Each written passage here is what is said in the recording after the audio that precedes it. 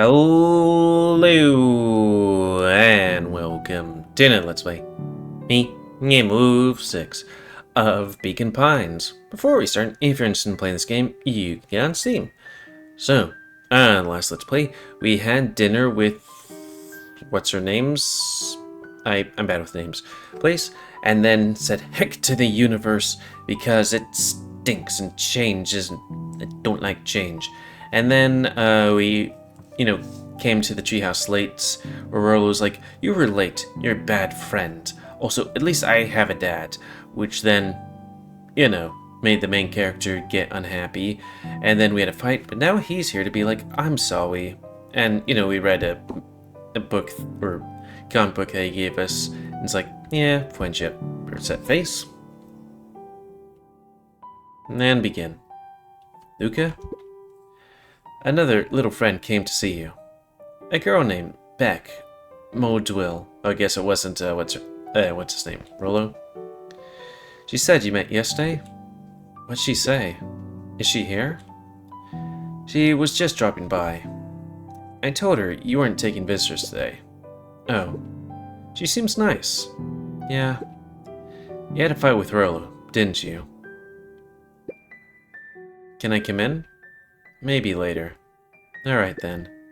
I'll leave dinner on the kitchen table, in case you want to bite before bedtime, and your oatmeal, and your sandwich. Without realizing it, Luca had pouted away the entire afternoon. And morning, and noon. He once again felt the weight of it all, and allowed his weary eyes to close. Luca stood in a vast black expanse. He looked up at his father standing beside him. Walt was working a straw at the bottom of a fountain glass, trying to collect the last bits of milkshake. Dad, where are we? Taking a final loud gurgling sip, his father peered up from the glass. He jangled the straw playfully with a warm smile, then lifted the empty glass as if to point into the darkness. The source? Luca's eyes followed his father's gesture. In an instant, he was sitting in front of a blazing campfire. Across from him sat a large figure in a yellow hazmat suit. The figure's voice was a scratchy echo. Well, if it isn't the man of the hour, make yourself comfortable. Luca held his shivering hands over the flame to warm himself. It doesn't work that way here. Their yellow-gloved hand pointed to the base of the flame. It's a cold flame, see? Luca peered at the base of the fire. It wasn't wood that was burning. It was Beacon Pines itself. Tiny buildings, freezing and crumbling as they were consumed by flame. Luca could see small shadows moving in the burning city. People. Luca leapt to his feet. We've got to help them! The figure gave a dismissive wave of their hand. Why waste energy helping people who can't even help themselves? The figure bent down to examine the panicked crowd as they desperately tried to stop the flames. They only care about what's right in front of them. Not like us. Luca's voice was a trembling whisper. Us? The figure slowly stood up, grabbing its helmet with both hands. With a jolt and a twist, the suit emitted a gasp. Gonna meet Mom? A cloud of torpid mist escaped, slowly revealing the face within. Luca's own face looked back at him. Older, worn, distant. The sensation was oddly familiar. As if he'd caught his own reflection by surprise in the mirror. The doppelganger smiled. I tried to help once. He gestured towards his face. And all it got me was this. Lucas staggered back. You aren't me. Luca felt a hand catch his shoulder. His father was there again, beside him. Every choice sets us on a path. This is the end of one of your paths, son. Luca watched his older self shake its head ruefully, its face twisting into a cruel grin. Welp, Dad, if you wanted him to see this, far be it from me to disappoint. Luca watched in shock as the figure took a confident step forward and plunged into the flames. In a flash of cold light, he was gone. What does all of this mean? Luca felt a reassuring squeeze on his shoulder.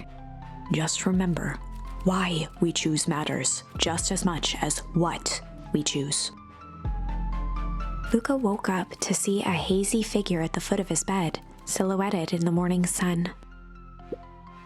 Mom? No, dear. It's only Gran. Luca rubbed his eyes. The kind, concerned face of his Gran came into focus. How are you feeling? Fine. Anything you want to talk about? I don't feel like talking. That's just as well. How about you sit here and listen a bit? Whatever you and Rolo fought about doesn't matter. But Gran silenced Luca with a gentle pat on the leg. Fights between friends happen. What was said doesn't matter. The important thing is that it's not the last thing you ever say to each other. But the stuff he said about Dad, well, do you think he meant it? No. He was just mad. What do you mean? And did you mean any of the things you said to him? Yes. No. Good. One, we should appreciate friends in their best moments, and accept them at their worst. Is that gonna be the thing where it's like, we go back to the hazmat thing and accept death? Now, get your little butts out of bed. The festival's today. You don't want to miss that, do you? I guess not. Seems like a good opportunity to make amends with Rolo, doesn't it? Luca gave a reluctant nod. So, buy him a corn dog and apologize. But he's the one that... What I just say? Buy him a corn dog. That's a good boy. Everything's better with corn dogs.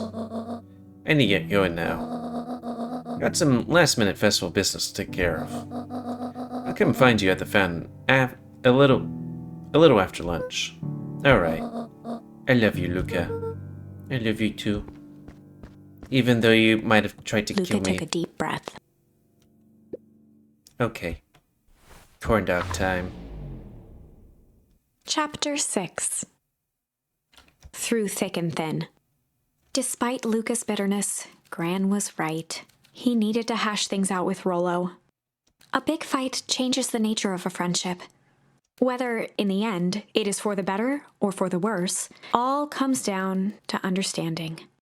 If one is not careful, the same familiarity that builds the strongest of bonds can become the wrecking ball that shatters them. Luca emerged from seclusion, taking in the crisp festival air. But the events of the day weren't on his mind. He had to find Rolo. But going back in the house. Gotta make sure I rub this kid up against everything, you know? Yeah, to make sure there's nothing about.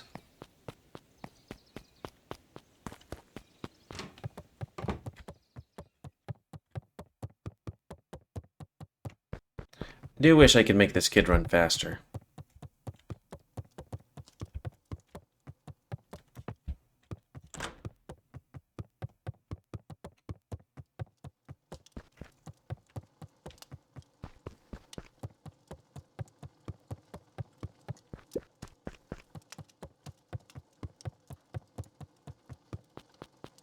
Maybe go see Dad again?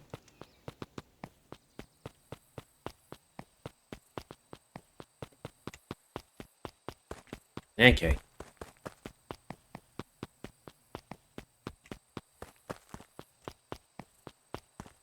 No sneeze?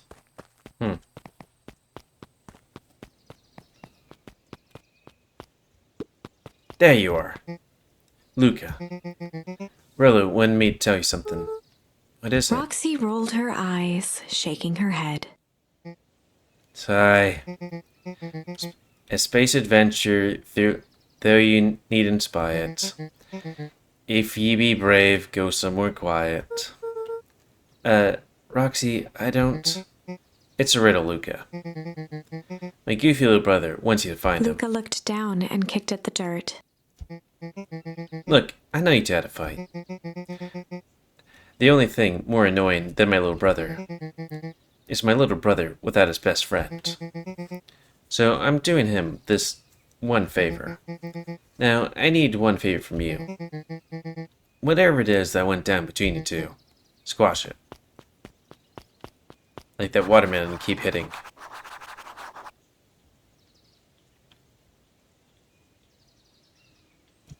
I guess the library?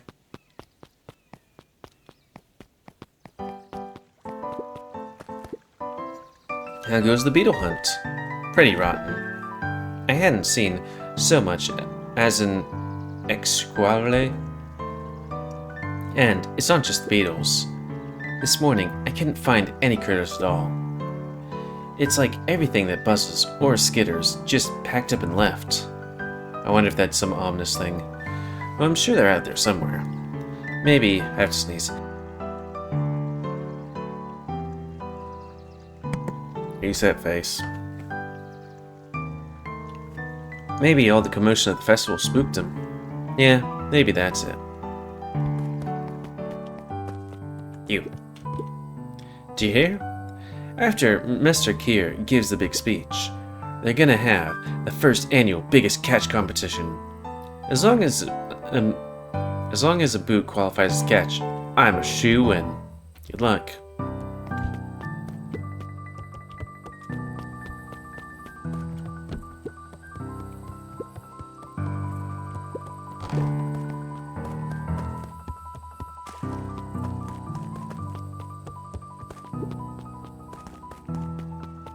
You. Welcome to our festival. Don't forget to come back later for Mr. Cat's speech and the Perennial Harvest Festival sign reveal. Don't want to miss it. I don't know whose Perennial Harvest thinks they're impressing with all this ridiculous festival. Totally. The town's still falling apart. The weather's still cruddy. And the season's harvest looked like it's going to be the worst than last year's. You said it. No amount of corporate pandering is going to change any of that. Exactly. But lemonade stand and the drink stand, lemonade at the drink stand over there really does look pretty tasty. Fits. I'm still going to be mad at them. I'd just rather be mad while sipping some delicious lemonade is all. Oh, there's another one. Unique New York. Unique New York. Huh? Oh, don't mind me. Just warming up for my big ceremonial speech. Mr. Kerr pointed to his grinning mouth. Gotta limber up the old gab box. You nervous? Oh, heavens no. Well, break a leg. Give me... I didn't click anything. It's like gifts or something.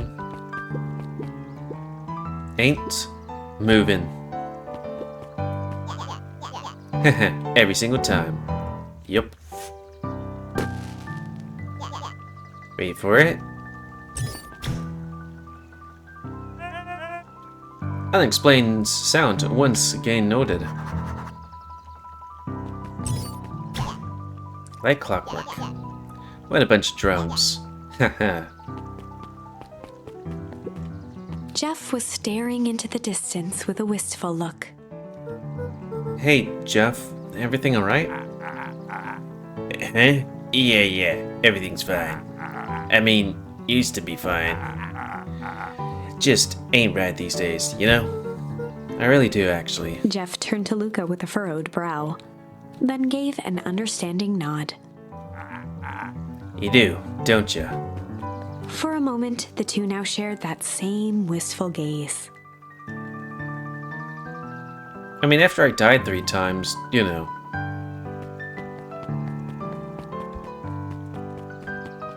Or at least had an ending. Okay, like, does anybody else notice that there's like at least 4 of these guys out and about? The most welcoming of welcomes. Would you like to share your thoughts? We always strive to improve. Nope. This is the first time I've seen this many smiling faces since the Foul Harvest. I had my doubts about the Perennial Harvest, but I must admit, they do put on a nice party.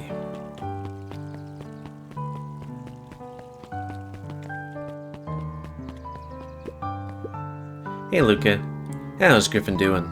What? Oh, nothing. Sariel became flesh. Just pretend I didn't say anything. How about you? Does somebody have a crush? You? Okay. Get on here first. Hey, Luca. So, you're done at the library? Huh? Oh, nothing. Griffin looked away suspiciously. Nothing at all.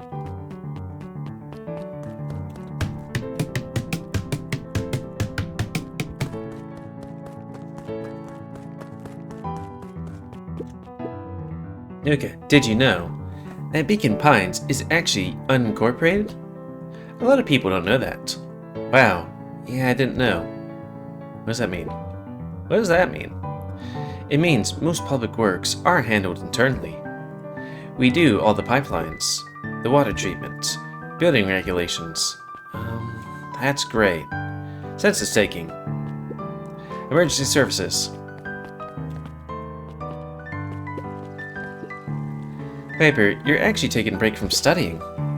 I wanted to see what all the festival fuss is about, but I can't help but notice. You still brought your backpack full of books. Luca, backpacks carry a lot more than just books. True, true. So, what you got in there? Books.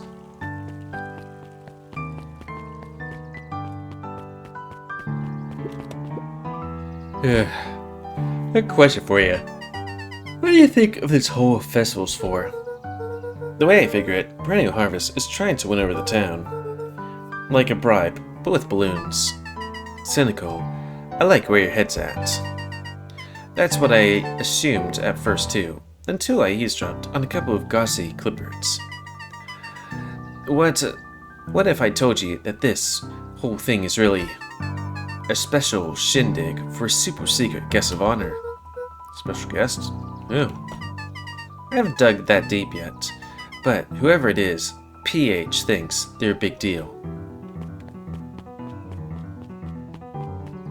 Like, I'm kind of wondering if the main character's dad's gonna come back. His mother's probably gonna come back. I was able to return the Perennial Harvest safety suit you borrowed. I don't think anyone noticed. Good. Now, will you tell me what you needed it for? It was a favor for an enemy of my enemy. This isn't gonna harm Mr. Kerr, is it? All you need to know is that it is for the good of the family. Plans within plans within plans. I wonder where Rolo could be. Oh well.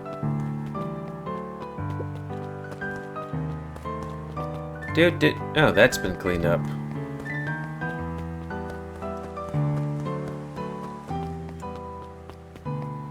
You guys want to make sure.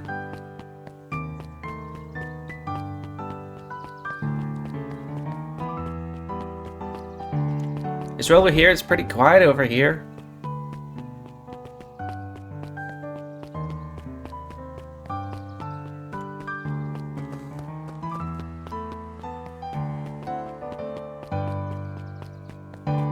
Where could Rolo be?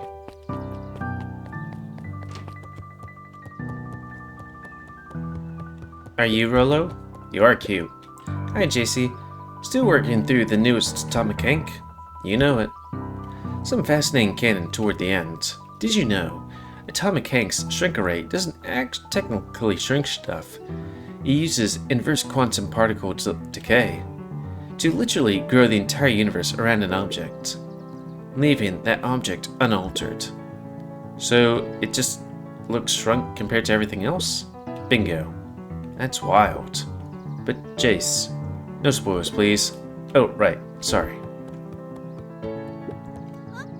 Hi, Luca. Kato's eyes lit with excitement. I've been expecting you. Bravo on deciphering the first riddle. First?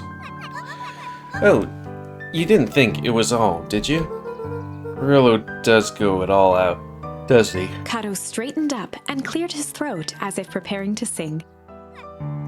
Ahem. Oh, planets Frapul, you may take issue. When the fifth king dies, you'll need a tissue. Kato stared at Luca eagerly. Get it? Want me to tell you? No, it's okay. Let me figure it out. Alright then, when you find it, bring it here to be verified. And if you decide you want a hint, the offer still stands.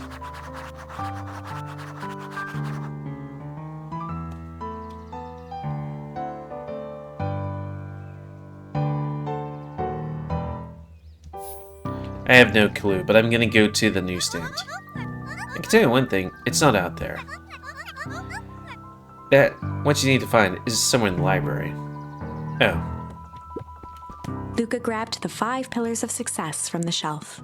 Oh. Okay.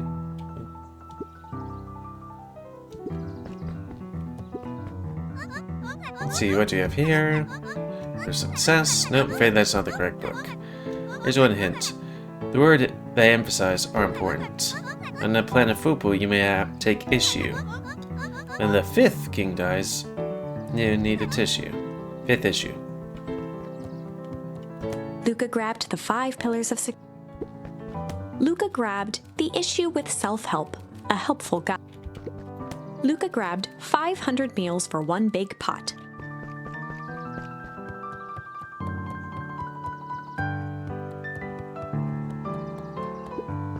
Luca grabbed the modern science of atomic radiation. Luca grabbed natural photography. Luca grabbed The Adventures of Hank Atomic, issue number... Luca grabbed The Adventures of Hank Atomic, issue number 5. I mean, that's all the books, isn't it? You found it. Kato removed his book from the desk and replaced it with Luca's, turning on the lamp. As he slid the book under the purple light, 2 words glowed. The Adventures of Hank Atomic, issue 5. Luca clicked his tongue with recognition. Rolo's cipher pen. He used to write secret messages everywhere with that. And only I had the special flashlight needed to reveal it. But I lost it. Well, apparently, he traded Geoff for this purple light bulb. Parted with his entire Halloween candy stash. Oh, Rolo.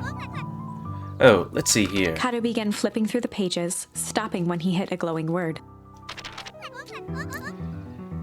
Get away with such a gift. He continued flipping. Only found in grub cart. Reaching the end of the book, Kato looked up. That's it. Grift. In. Grub cart. Griffin grub cart. You want me to go to Griffin's shack stand. Ah, brilliant. I guess you're off then. Good luck with the rest of the scavenger hunt. Thank you, you. I was gonna say Rolo. I've been doing visual novels all day. Give me a break. It's pretty much been this and the smoke room, though I guess there was one episode of StarCraft. Hey, Griffin. Did Rolo come? Before Luca could finish his sentence, Griffin handed him a corn dog. Oh, that's it? Bought and paid for. Enjoy. I thought there was supposed to be a riddle or something. Luca shrugged, taking a sizable bite out of the corn dog. Yeah. It's cold. Oh, yeah, that's been sitting here for a while. Rolo wanted me to be sure to give it to you that one specifically. Well, that's just... Luca tongued at his cheeks, feeling something rough between his teeth. He reached into his mouth and pulled out a slip of paper. Oh, come on. He shook off the bits of corn dog to read the slip. A pickup when you need some pep. Near the fountain, up at the step. Luca finished off the remainder of the corn dog. This is getting to be a whole thing. Guess we're in the coffee shop.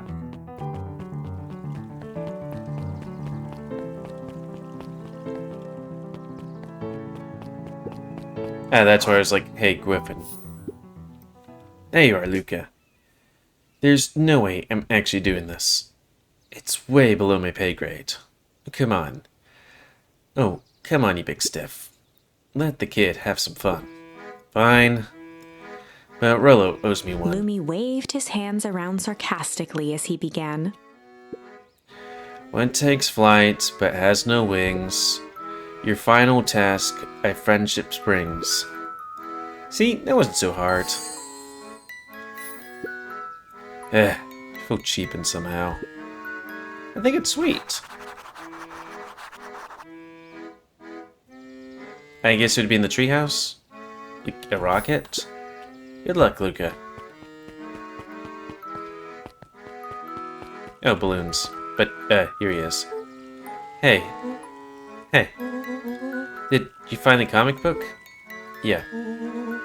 And did you get the corn dog? Yeah. Well then. I know, it doesn't make up for what I said. But here, you've earned this. Rolo sheepishly handed Luca the balloons.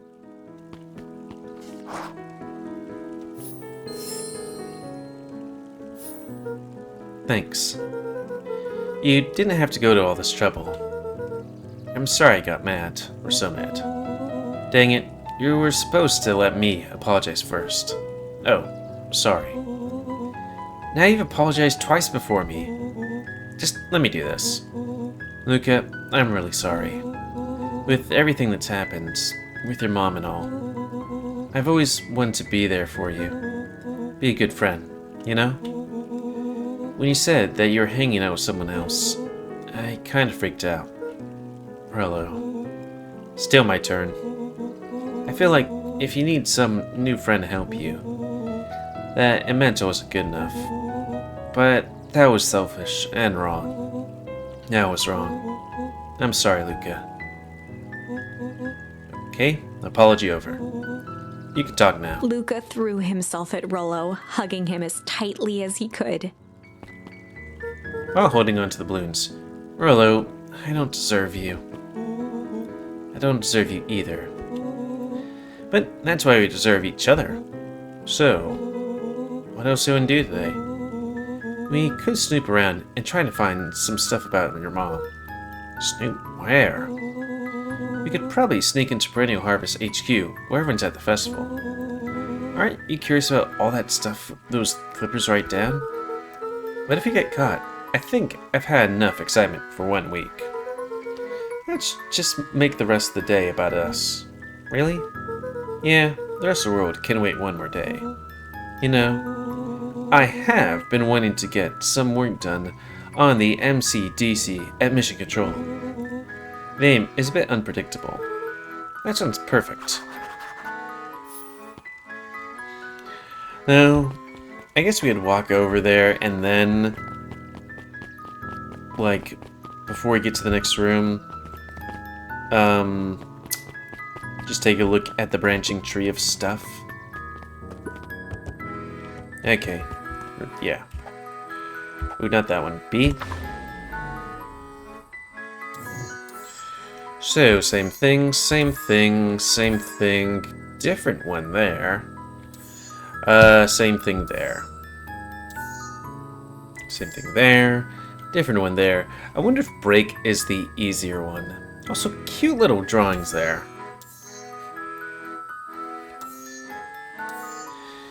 And that's gonna be the end of this Let's Play. B, V, C, D. I guess we just click back. Yeah, I've gotten a lot of these things. I wonder how it would be interesting if there was like a percentage thingamajigger. Then we could always see if fishing counts as one of them. Just in case. There's also the diner too, I guess. Nope, that's everything. Luca rapped, hey, you never... So please comment guys, like, comment, if you like, dislike, tip checks otherwise, if you like my YouTube and like it grow. And please like, subscribe, and share the videos too. Have a grown, please remember to spay new your animals to help control the pet population. And until next time, no, let's play me, GamerWolfSix of Beacon Pines. So thanks and see ya.